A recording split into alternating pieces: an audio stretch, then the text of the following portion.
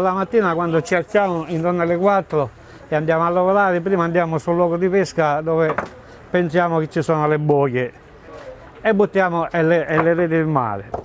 Poi aspettiamo che arriva, che fa l'alba, una volta che fa l'alba incominciamo a tirare e lì si svolge la pesca della lacciata.